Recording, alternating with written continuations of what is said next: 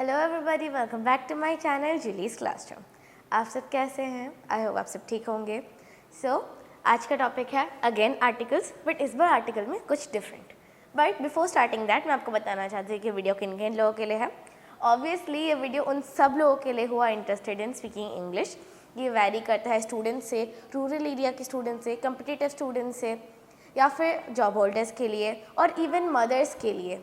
ये वीडियोस में ऐसे बेसिक लेवल से स्टार्ट करती हूँ ताकि सबको समझ में आ सके, वैरिड रेंज के लोगों को समझ में आ सके, because English is a language and ultimately सबको समझ के बोलना ही है। So let's begin.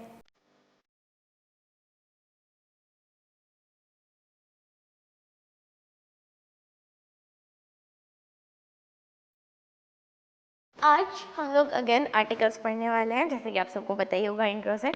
But articles में अभी तक हम ये पढ़ रहे थे, जैसे कि मैं आपको रिकैप देती हूँ हर वीडियो से पहले, कि आर्टिकल जो होता है वो किन टाइप के होते हैं। आर्टिकल को हमने दो टाइप में डिवाइड किया था। एक है इनडेफिनाइट आर्टिकल्स एंड एक है डेफिनाइट आर्टिकल्स।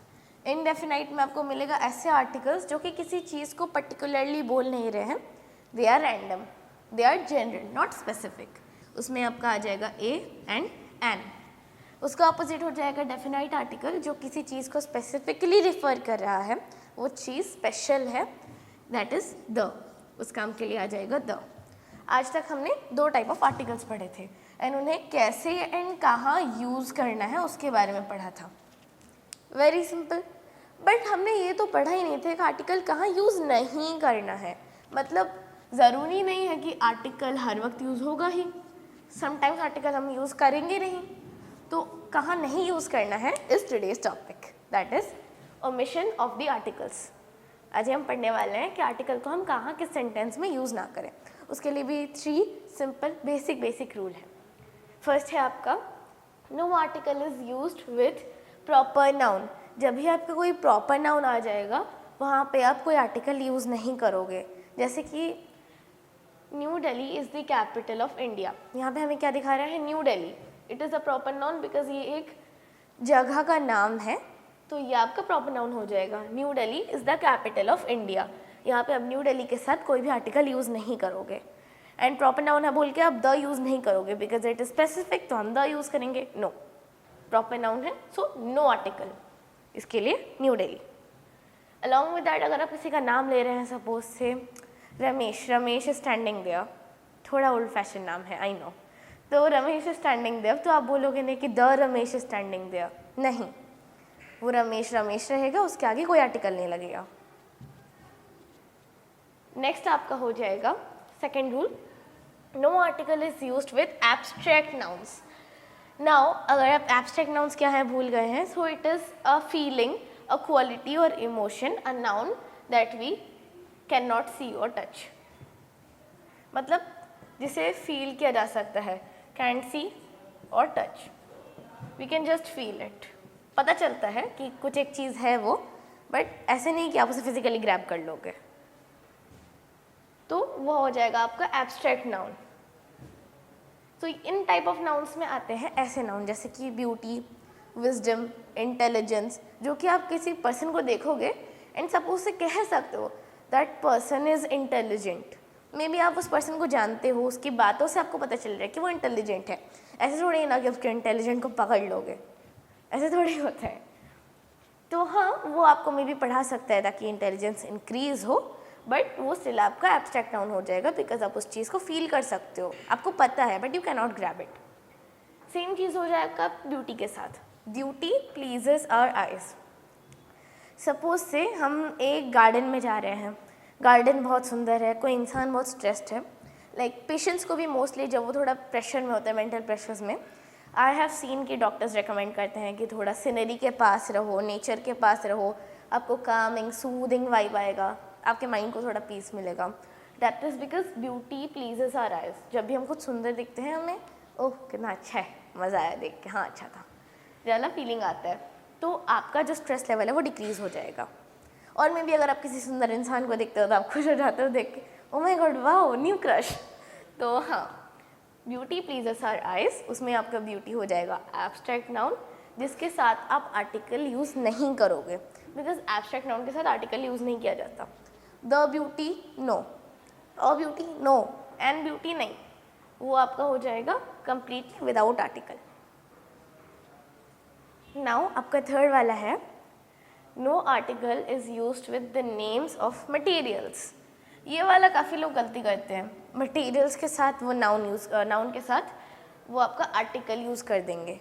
सपोज से आपका मटेरियलिस्टिक नाउन हो जाएगा कोई बिल्डिंग ब्लॉक, एक चीज़ का बिल्डिंग ब्लॉक, उसे बनाने के लिए जो यूज़ हुआ है उसको हम उस चीज़ का मेन मटेरियल कहते हैं और उस चीज़ का इंग्रेडिएंट उसे हम मटेरियल कहते हैं।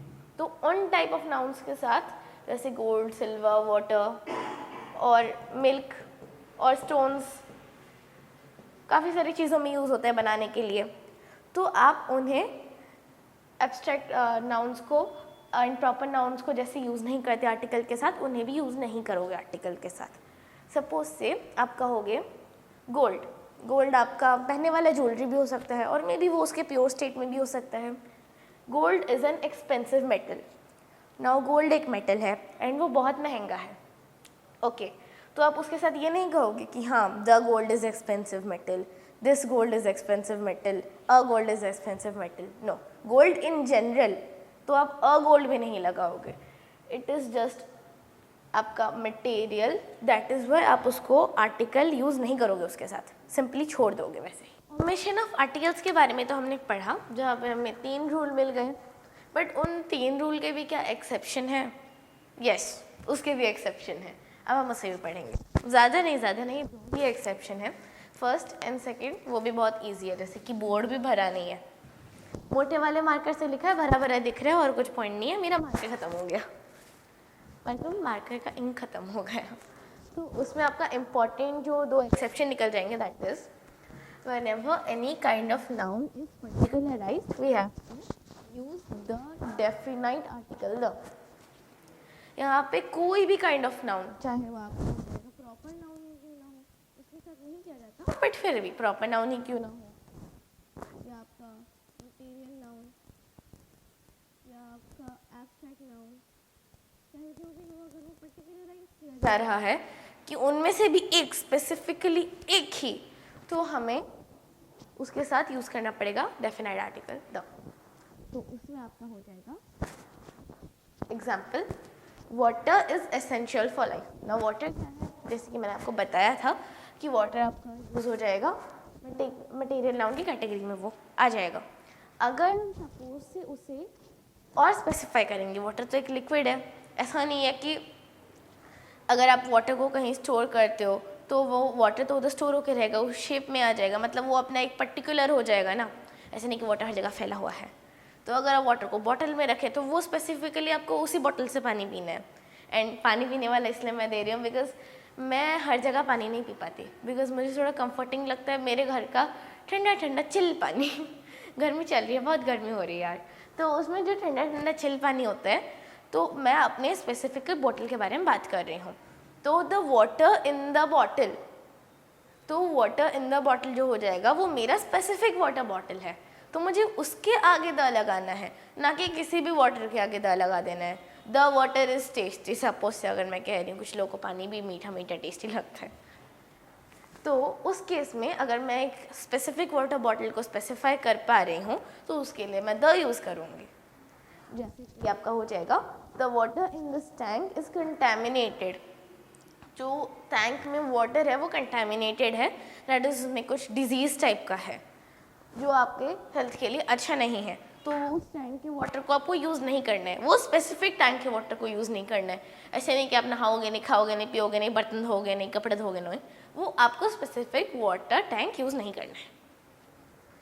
ये आपका हो जाएगा फर्स्ट एक्सेप्शन कि अगर किसी भी काइंड ऑफ नाउन को पर्टिकुलराइज किया गया है तो उसके आगे द लगाना है, और कोई आर्टिकल नहीं, बस द लगाना है। सेकेंड रूल आपका ऐसा दिखता है, आई नो ये बहुत अजीब दिख रहा है, बट ये ऐसा दिखता है बिकॉज ये बहुत छोटा सा एंड सिंपल सा है। इंग्लिश अगर हम कहेंगे एक लैंग्वेज है इंग्लिश, तो अगर आप इंग्लिश सिंपली कहोगे तो उससे किसी भी पर्सन को जनरल आइडिया आएगा कि इंग्लिश है, तो हम डेफिनेटली लैंग्वेज के बारे में यूज़ कर रहे होंगे, उस वर्ड को हम लैंग्वेज को रेफर करने के लिए यूज़ कर रहे होंगे। बट अगर आप उसके आगे द लगा दोगे, इंग्लिश के आगे द लगा दोगे और बोलोगे the English, then that refers to the people जो कि इंग्लिश लैंग्वेज बोलते हैं, दैट इज आपका ब्रिटिश पीपल, वो आपका हो जाएगा द इंग्लिश। अगर आप किसी लैंग्वेज के आगे द लगाओगे तो उस लैंग्वेज को बोलने वाले पीपल को रिफ़र किया जाएगा, नॉट द लैंग्वेज। और अगर आप द नहीं लगाओगे तो वो सिंपली लैंग्वेज है। ये हो गया हमारा आज का एक्सेप्शन। सो आज हमने पढ़ा है आर्टिकल में ओमिशन ऑफ आर्टिकल्स के बारे में, जहाँ पे हमारे पास 3 रूल थे। अलॉन्ग विद दैट हमने 2 इम्पोर्टेंट एक्सेप्शन के बारे में भी पढ़ा है। आज का वीडियो बहुत short and to the point था। आई होप आप सबको मज़ा आया होगा एंड आपने इस वीडियो को अंत तक देखा। Thank you so much. Along with that अगर आपको इस वीडियो में कुछ नया सीखने को मिला होगा तो इस वीडियो को लाइक कीजिए, चैनल को सब्सक्राइब कीजिए एंड इस नॉलेज को वर्ल्ड वाइड शेयर कीजिए। Thank you.